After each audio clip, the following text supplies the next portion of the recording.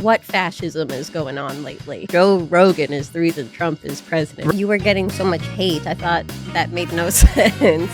He thinks there should be a pause in legal immigration. I think that's bad. Crazy thing for a very famous comedian to be saying. And everyone just went right back to treating SNL like normal when it just hired this huge racist. That is a systemic failure right there. I think that would be so hilarious. Again, you're a normal human.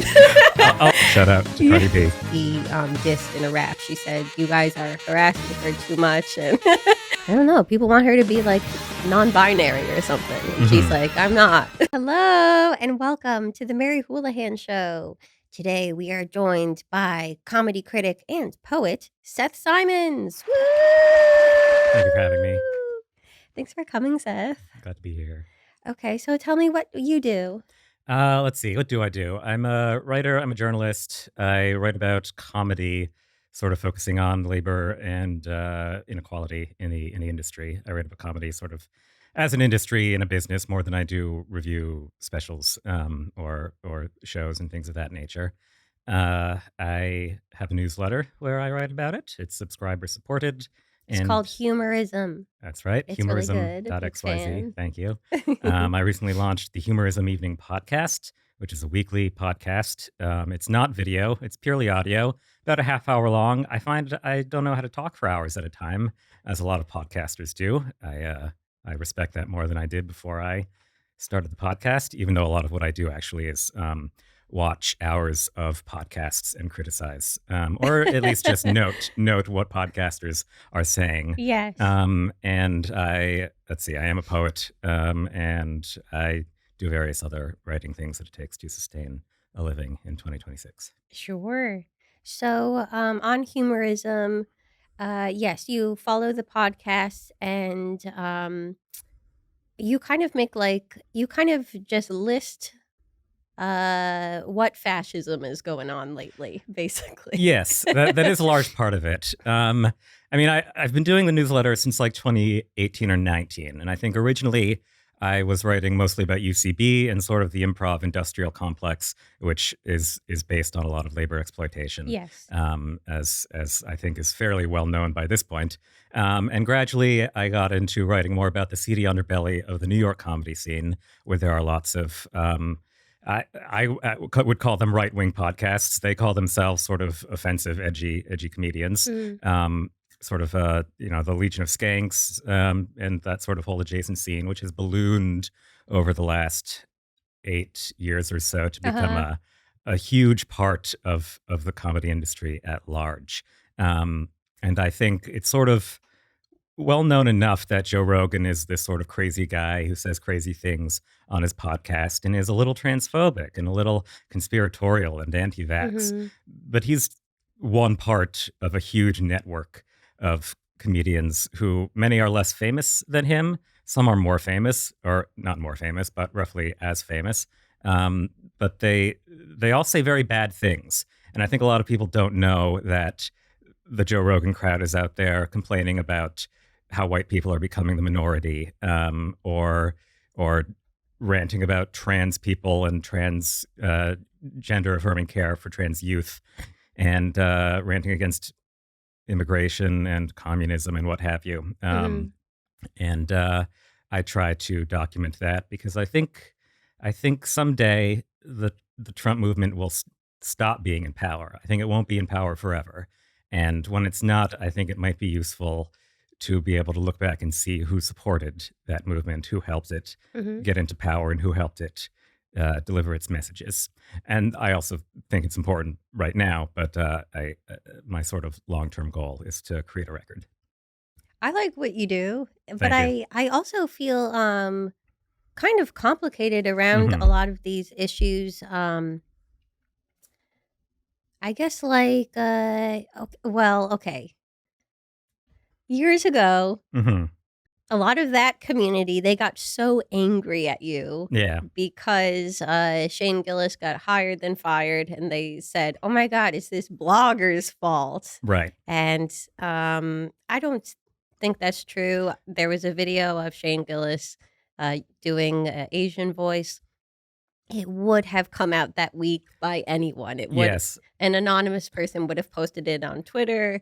it would have came out. And as Shane said later, him getting busted for sort of anti-Asian racism and homophobia was like Al Capone getting busted for tax evasion.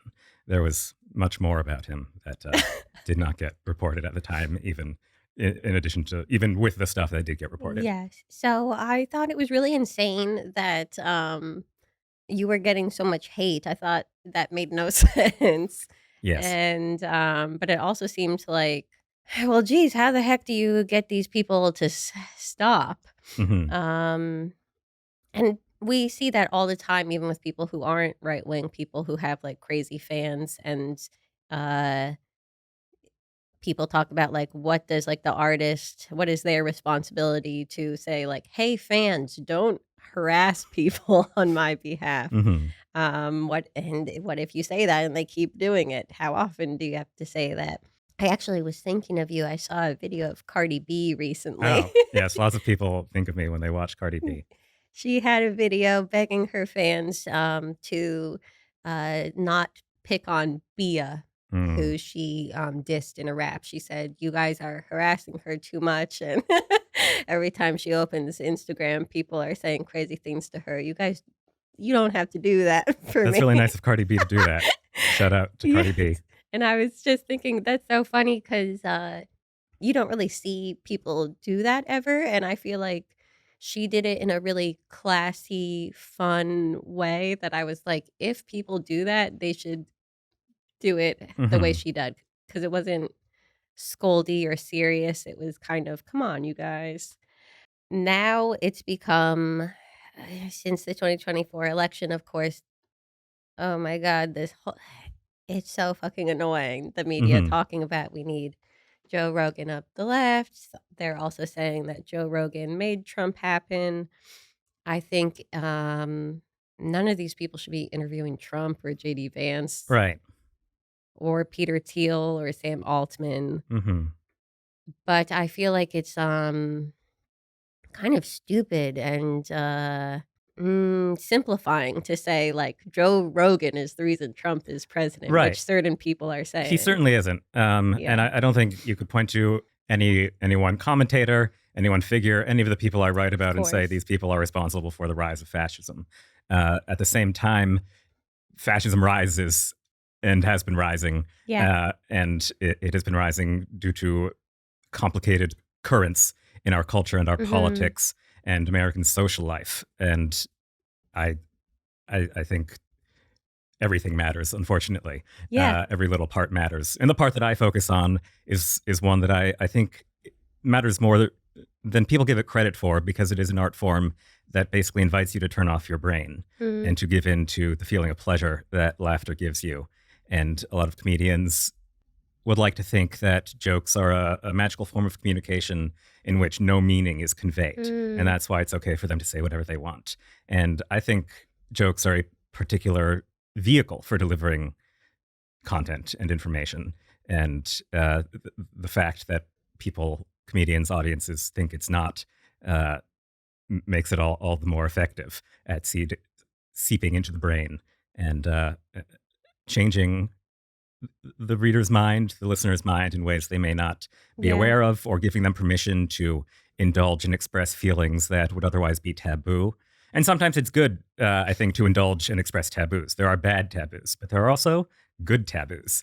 And I think one thing we've seen over the last 6 years, over the last 10 years, with the Mhm. rise of Trumpism, these awful 10 years of Trumpism, is that the cultural Overton window Yes. has Yeah. shifted very far to the right. And a Yeah. lot of things that we would say are unequivocally bad, that have no place in public discourse 5, 6, 10 years ago, are now a normal part of our discourse. And there are lots of people responsible for that. Trump is one of them. I think the media apparatus that serves Trumpism is also a big part of that. And Mhm. one of the arguments that I make is that comedians are a big part of that apparatus. They're not special. They're not separate from the media. They are the media. Mhm. And a lot of them, I think, serve the same function as someone like Tucker Carlson or Ben Yes. Shapiro. Well, a lot of And these, like, especially the podcasters, they are acting more like pundits. yeah, Not all of them, but some of them. I mean, certainly Tim Dillon is like doing that character or heightened version of himself, which isn't a comedian. right. Well, yeah, he is doing bits sometimes, but he is doing the I'm being a Rush Limbaugh type guy. He does hyperbole, he does exaggeration, but he is also generally expressing what he actually believes, I think, which again is that there are too many immigrants in America, and they are making it so there will be fewer white people. And he is against, as he has said in plain speech, not just illegal immigration, but legal immigration. He thinks there should be a pause in legal immigration. And I think that's bad. I think that's a crazy thing for a very famous comedian to be saying. And then another thing going on is, of course, the corporate media has been so extremely bad about the genocide. So then when we see a Tim Dillon or a Theo Von, I mean, especially I think Theo Von, he's like talked to like doctors who have gone to Gaza. He's talked to Bassem Youssef. He's talked to Norm Finkelstein. Yeah. I think it's really important for someone as popular as Theo Von, Right. and have an audience that size to be talking to these people, that I see that and I go, oh, thank God. Yeah. And so that's where it gets complicated for me personally, Yeah. and a lot of people who feel similar. I do. I think it is a huge failure of traditional media that these guys have the power that they have right now. And, when I say that there are all sorts of currents that come together to put us in the moment that we are in now, that's one of them. And I think that preceded Trumpism. That was responsible too for Trumpism. And that, we could go back to the rise of the internet and ad-based media, and then the pivot to video and everything, and the consolidation of media and TV companies and internet-based news, which it's hard to get a systemic look at everything and to see it all at once. Which is partly why when I talk about comedians, I'm not just talking about the things they say. I'm also interested in who they are, what they do, the systems that they are part of, which are larger than just what they say on a podcast. I guess, okay, so that's it's a whole thing too about these comedians and the systems they're in. Sometimes I get so frustrated seeing people say, oh, look over there, look at Joe Rogan, don't look at me, type thing going on. Like, you said at the beginning, you kind of started by criticizing UCB, which is viewed more on the liberal end. And you're also like one of the only people who criticizes SNL. It's like amazing how the things that you talk about, no one else talks about. Yeah. That's sort of a frustrating aspect to me of the Shane thing. When I posted that video, several videos of Shane in 2019, I was criticizing SNL for hiring him. I was going after SNL there. And he got fired a week or however long later it was, and everyone just went right back to treating SNL like normal when it just hired this huge racist. That is a systemic failure right there. One of many that we can observe at SNL, which has a huge role in our culture too, that is sort of underappreciated because all of the media coverage of it is positive. I was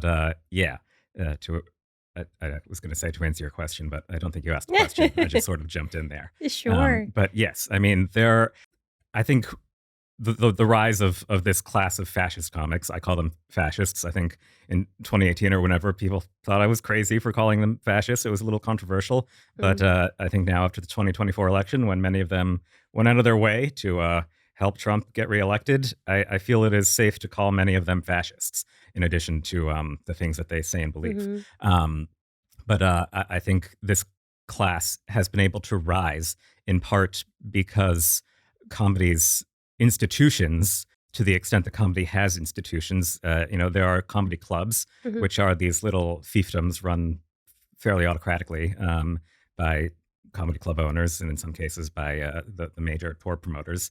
They are very regressive, old-fashioned spaces that believe in the freedom of speech. Freedom of speech meaning freedom to be a racist and a sex creep. And then for a brief period in the 2010s, there was this alt-comedy movement where people who would not otherwise be able to flourish in those traditional spaces came up in companies like UCB and just in bars and theaters around Brooklyn and repeat across comedy communities across the US. And those places like UCB were houses of cards. They were sort of unsustainable business models that were doomed to fail. They didn't pay anyone. They did not really give you the means to have a sustainable career in comedy. So when COVID hit in 2020, they all sort of fell apart immediately. Mhm. And what was left was the comedy clubs, which gave a space for the regressive side of comedy, the non-alt side, as you or I would call it, to sort of get back to work immediately Mhm. and spend the like first crucial year or two of COVID building audiences and getting back on the road, while everyone else who didn't have the politics that they have was sort of stuck at home. So I think it's important to keep in mind institutions like UCB, which was run as an exploitation machine for 20 years, in mind as we think about how people like the Tim Dillons of the world and the Andrew Schultzes have been able to rise and help put us in the moment that we are in now. I feel um kind of inspired by those guys, not by their not by the content of what they say, but by them doing things independently. Hmm. Um and also I saw this clip of Tim Dillon. You probably saw it since you watch so much of Hmm. this stuff. Um it's a clip of him saying on his podcast, like, you guys could have done what I'm doing. He's basically talking to people like me. Hmm. And he's saying, you guys, you wanted to be cast in TV and movies. You didn't want to say your real feelings about anything. You could have gotten a microphone and just been honest and had people go, oh, this person's being honest. And I do think that's true. And I do think Andrew Schultz, I really don't think he's a funny person, No. but he self-produced a talk show, Hmm. put his friends on it, and said, let's film a new episode every single week. I don't think the quality of the show is good, but I do go, damn, me and a lot of other people who I think are funny should have been doing this. Why weren't we doing this? I know other people who feel that way. And I agree that they're inspiring and they have a great work ethic. And I think sort of the lie of comedy is that it is a meritocracy and that you don't need to be a Mhm. good comedian to succeed. You need to be a hard worker. And I think often the people who do succeed to the level that these guys have is they have a sort of sociopathic level of self determination Sure.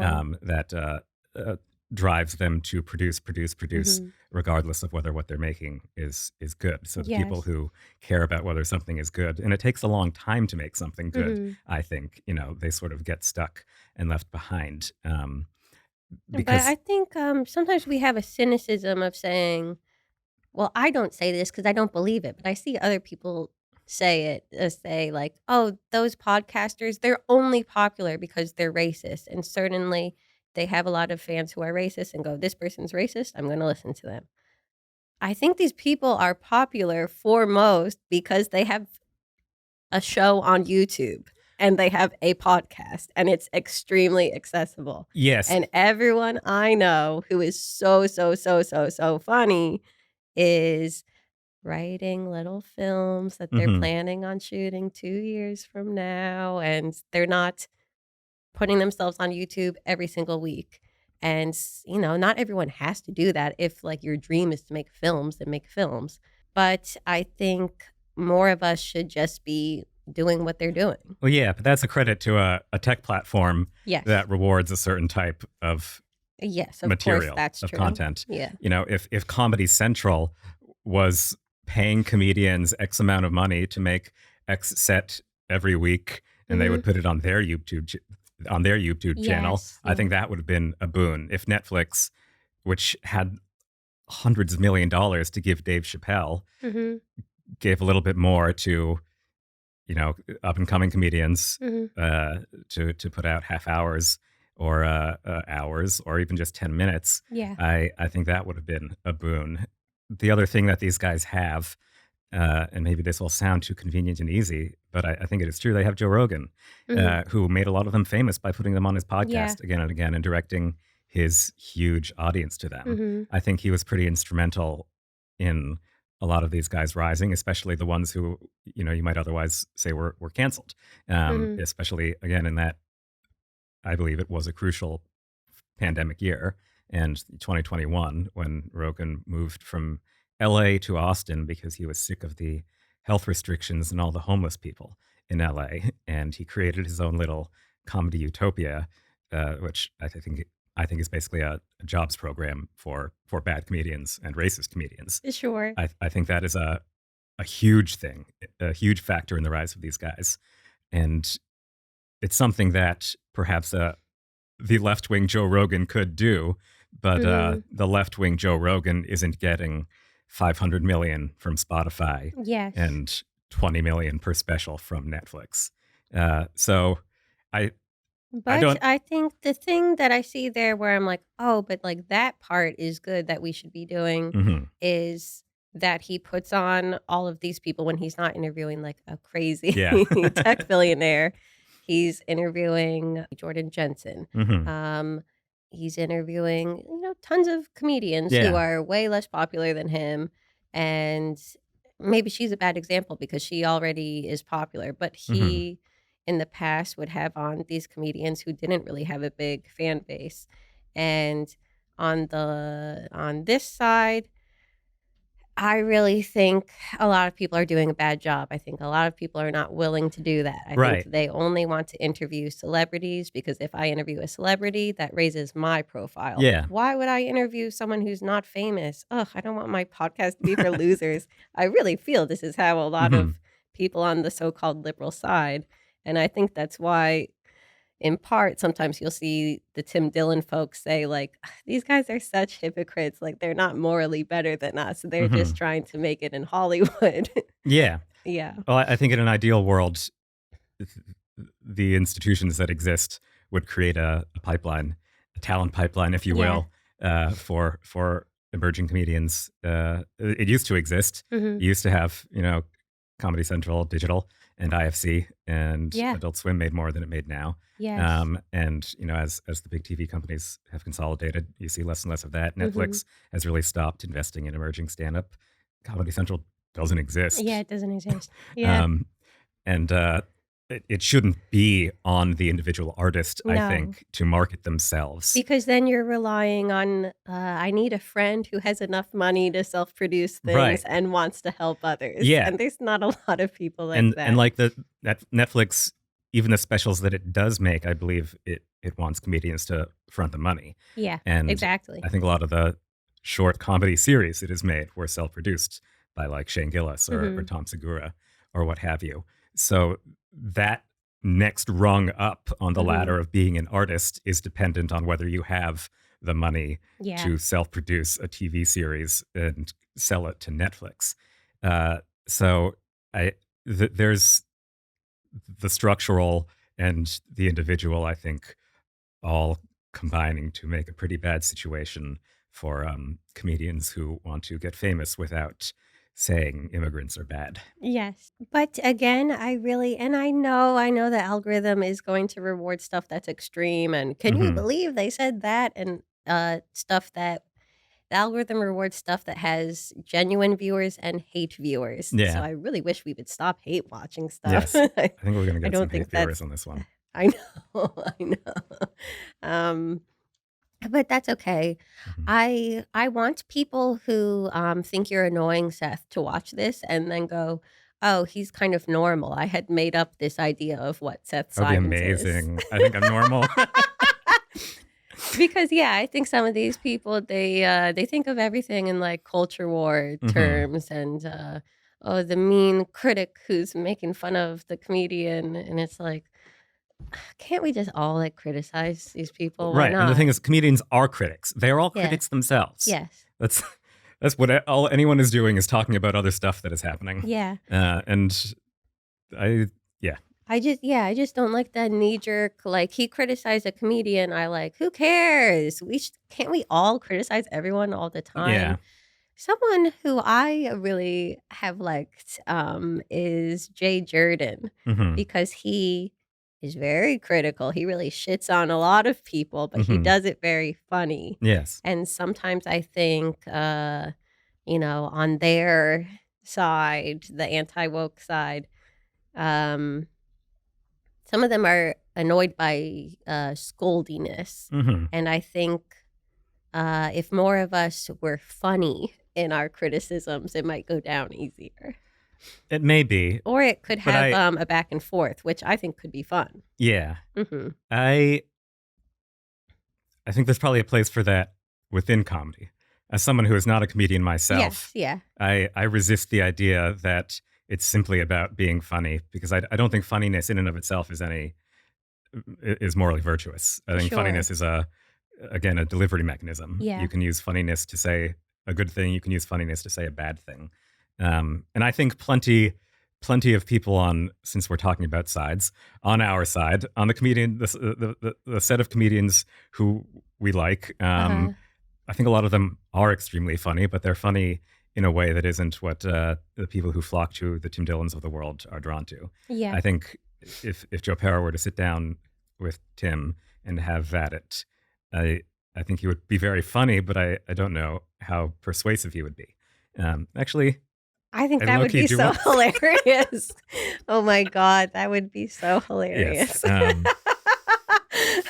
Okay, not the best example, but yeah, no, you may be onto something. Then is what I've worked myself around to. I also do think there is a thing, like, I think there's value to what you do. I think you should keep doing what you do. At the same time, I also see sometimes other journalists, not you, Mhm. where they'll quote a comedian, and when it's in quotation marks, it sounds crazy. It sounds nothing like the intention.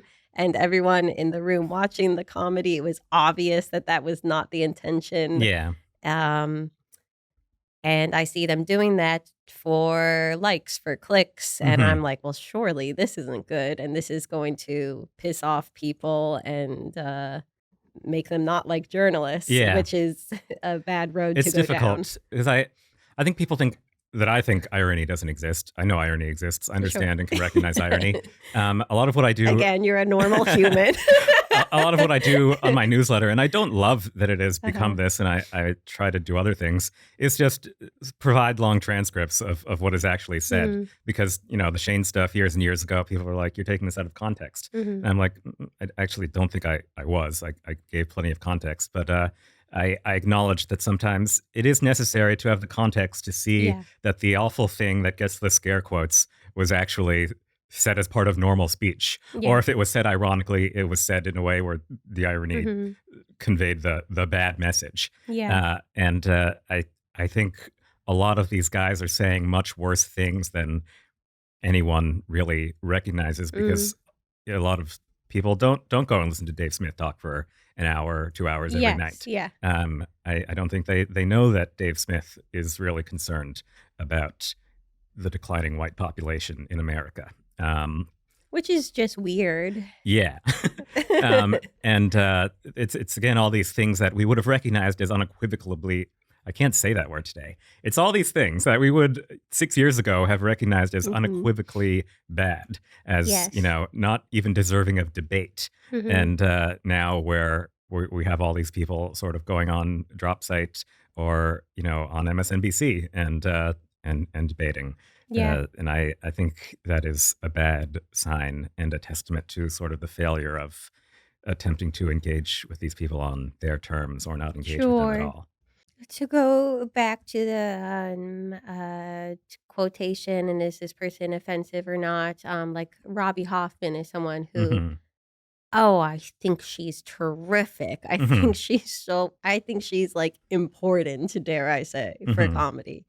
And I'm starting to see people really take her out of context, and it makes me like so mad because I feel like people want her to be like, I don't know, people want her to be like non-binary or something, and she's like, I'm not.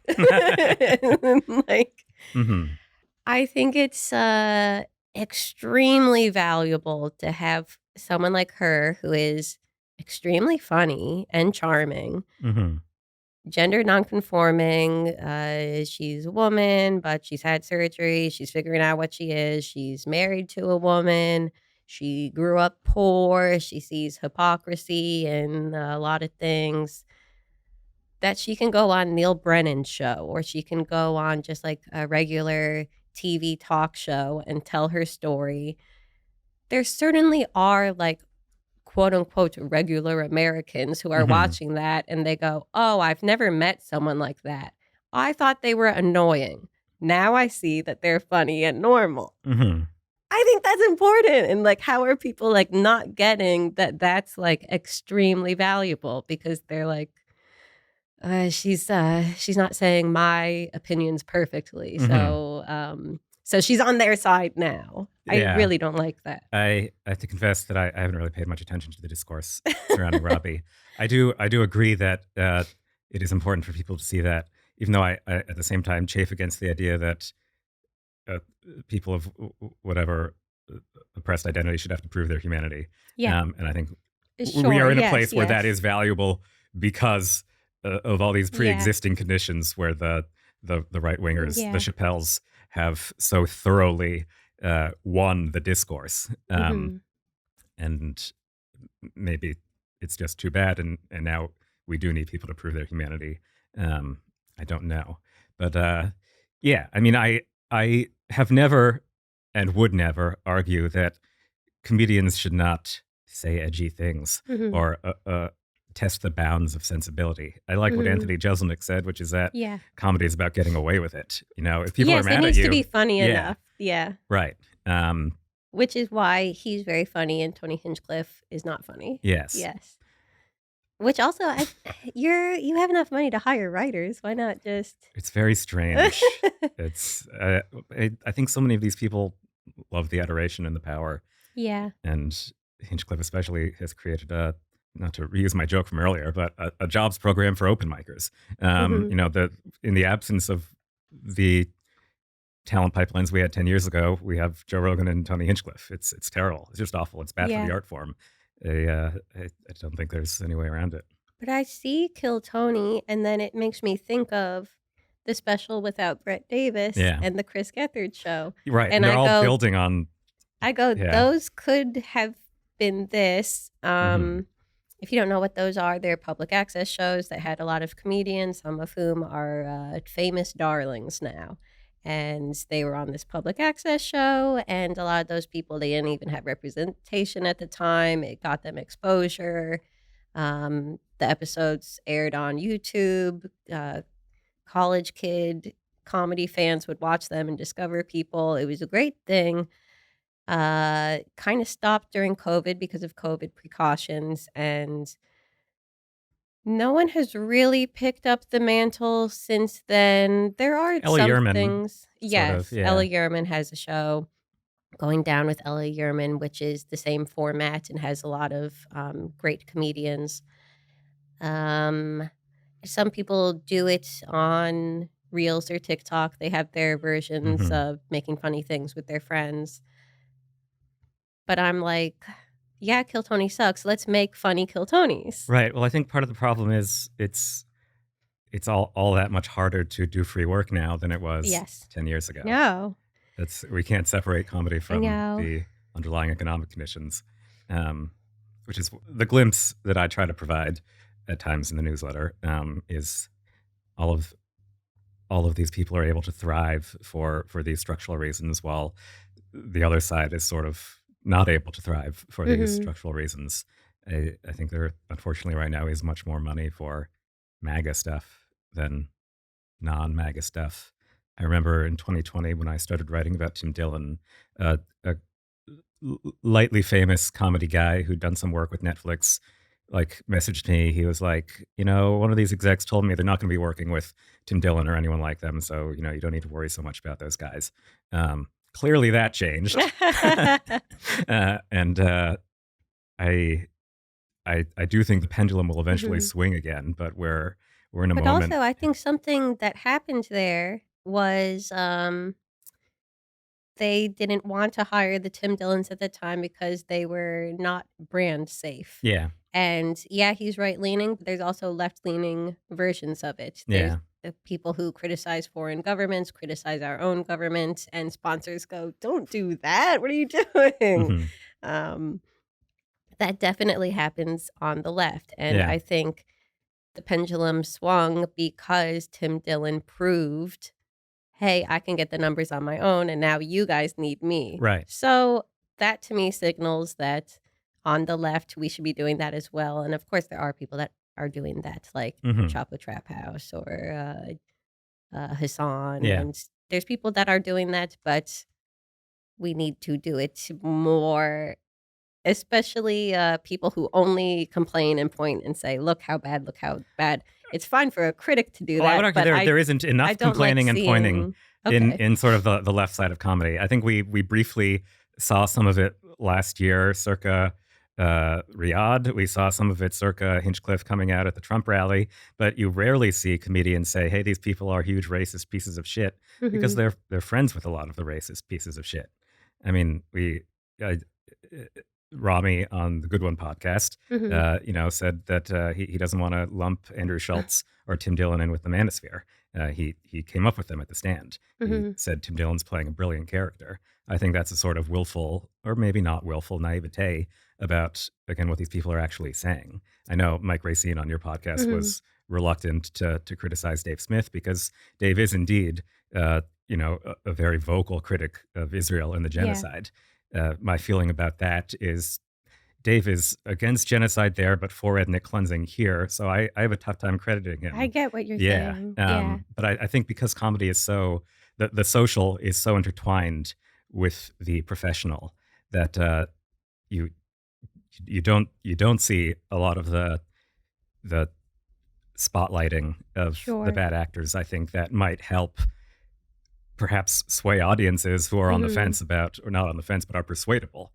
Much in the same way that it would have been nice if, the Biden administration moved swiftly to prosecute Donald Trump and Hmm. his collaborators, after retaking power in 2024. It might have signaled to the country that actually the bad stuff they did was bad. I think it is important and Yeah. useful to see people in positions of authority, whether that authority is legitimate and deserved or not, you know, uh, Hmm. cast moral aspersions Yeah. and, use the bully pulpit. I don't think we really see that in comedy other than Marin once or twice. The the Kevin Hart roast to me was all kayfabe, so I'm not really gonna hold that Hmm. up. And I think this is a good example of being funny about it. Tim Heidecker on Office Hours. Hmm. He's made fun of Hinchcliffe and Mark Normand and those Yes. guys, and it's really It's funny. very funny when he Yeah. makes fun of Mark Normand and Yes. does the voice. Yeah, I think that's great. um, So I do think it would be useful for people in who believe what we believe Hmm. to be a little more vocal and to make those guys feel bad because Yeah. I think you can't take these guys' money away, you can't take their audiences away.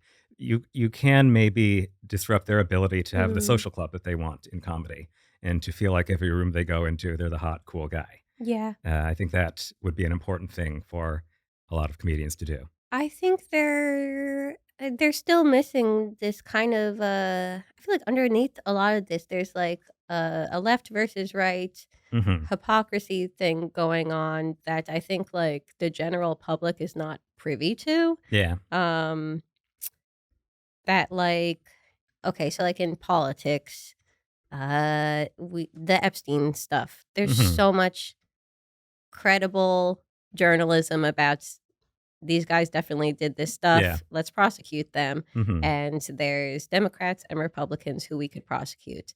Let's do that. Yeah. That would restore trust. People Mhm. would trust the media. They would trust institutions because right now they just think the left points at the right and the right points at the left. Mhm. And then in entertainment, I think the reason that you see Rami and Mike Racine and me at times go, well, hey, this person is not so bad, is because we know like a bunch of like Zionist people who are Yeah. really, really, really bad, who have done Yeah. really bad things, sexually assaulted people, physically assaulted people, blacklisted people, ruined people's careers. And if we name them, oh my God, we won't be able to work ever again. And so we go, do we really have to like keep talking about Tim Dillon? Like Mhm. when no one talks about this, or that. And like you brought up Riyadh. Okay, a bunch of these guys, they got paid to go to Saudi and The Saudi crown prince does bad things. Yes, yes, yes. We know that. Chelsea Handler got paid by the state of Israel. Yeah. Andy Cohen got paid by the state of Israel. No one says that. Mm-hmm. If you say it, people are like, don't say that around me. You're going to get me in trouble. I won't be able to go on Peacock. Mm-hmm. It's like, are we serious? So I think when you just see that over and over, it makes you be like, can we please just like criticize everyone? Like, I don't want to be a part of phony calling out people on the right. Like I'm thinking of people right now who I'm not naming, who I'm like, when I see them criticize Theo Von, Mm-hmm. I think they're doing it because they don't like that Theo Von advocates for Gaza. But Mm-hmm. they're pretending that they don't like Theo Von because he's a Trump guy. Mm-hmm. That makes me so mad. Yeah, Yeah. that would make me mad too. Yeah. I mean, I would love it if everyone criticized comedians all the time. I think it's a deeply corrupt industry and art form, and I think if you love someone and that person is sick, if they have a sickness in their body, you should be upset about the sickness that is in their Yes. body. And comedy has a deep sickness in it. It's not just the politics; it's the people who. Well, there's the sex predators who came back, Yes. the people who supported the sex predators Mhm. coming back, the systems that supported them, the Mhm. people who run comedy clubs who Mhm. are Zionists or anti-vaxxers. It's all very bad. I don't know of any other art form where basically everyone in it is friends with actual Nazis or friends with someone who is friends with an actual Nazi. I think the music industry. Fair. Yeah. Okay. I don't know of two other art forms. And I think fine art as well. 3 other art forms. Yeah, I think all of the creative industries, frankly. Really? Yeah. Okay. Well, okay. Talking point withdrawn. Yeah. Mhm. And if not the artists themselves, the Mhm. people funding them, they know that for every percentage I give this person, they're sending it to Friends of the IDF or Mhm. Regavim or APAC. And I know that kills people. I'm not talking about where the money goes. I'm talking Yes, about okay. literally the people you hang out with Yes. who are like Yes, transphobes comedians or have more conservative artists Yeah. compared to other Yeah. arts. That's true. Yeah. Country music, I guess. Yeah. Yeah. True. Bad. Pretty bad. All right. Well, I don't know where I was going with that point other than yes, I would love it if there was a healthier culture of criticism of comedians, because I think there is a lot. And, if you want to build a better and more equitable industry, you need to look around and say, maybe it's bad the owner of the Comedy Cellar is, defending Israel on Twitter every day and on his podcast. Maybe it's bad that the owner of Stand Up New York is taking pictures with Itamar Ben-Gvir. Yeah. And maybe it's bad that all of these people are happily working with them, even though all of these other people have proven that you don't actually need the institutions to get an audience. Everyone's just sort of doing it because they want to. Okay, get this. Mm-hmm. I've been watching a lot of Tough Crowd with Colin Quinn. All right. There's a lot of ripped episodes on YouTube, and I have become somewhat radicalized that we need to bring this back. Yeah. I'm plugging myself, unfortunately, but I do think this is a really good idea. I put on a show called Rough Crowd, complete ripoff, and I'm doing it again on August 30th. Complete ripoff. It's just a panel of people who are political and are outspoken and aren't worried about like offending potential sponsors. And I just say, what do you make of this Kevin Hart roast? And let everyone just rip and Awesome. be funny. So I've been watching a lot of these old episodes, and I'm like, I've really become convinced like it's so important for like something like this to come back, because I think right now some people think there's going to be social ramifications of hanging out. If I'm a conservative comedian, I don't want to be seen hanging out with a liberal comedian and vice versa. And this is a controlled environment where you are allowed and you have to engage with each other and be funny while making your point. I think it needs to come back. Yeah. And then everything will be solved. That'll do it. That'll be the, yeah. We're running out of time. I'll squeeze this in. I have a friend named Frankie, and he has this theory that like the comedy civil war, as we call it, or whatever, He says it was caused by Patrice O'Neill dying. And he'll give you a whole Charlie Day, I have to see thing. the numbers on that. Yeah. And I'd want to run some independent analyses, but could be. So he was, of course, on Tough Crowd a lot, and he was on Opie and Anthony. He was on these shows where there's the blue collar right-wing guys, and they say something racist, and then he says, "That's so stupid. You're so fucking stupid. You don't know how the world works." And then he schools them and is funny about it. And I think people might hear that and go, well, that's not fair. Like, Black comedians shouldn't have to go talk to racist people. Yeah, of course. Not everyone wants to do that. They don't have to. But I think it was good to have a guy that was interested in doing that. Yeah. And without him, these people have become siloed and gone further and further to the right without having a Black friend to say, are you guys fucking stupid? Haven't you heard of institutional racism in your life before? What's wrong with you? Anyways, so that's a theory. I'll send you some links. Yes. Awesome.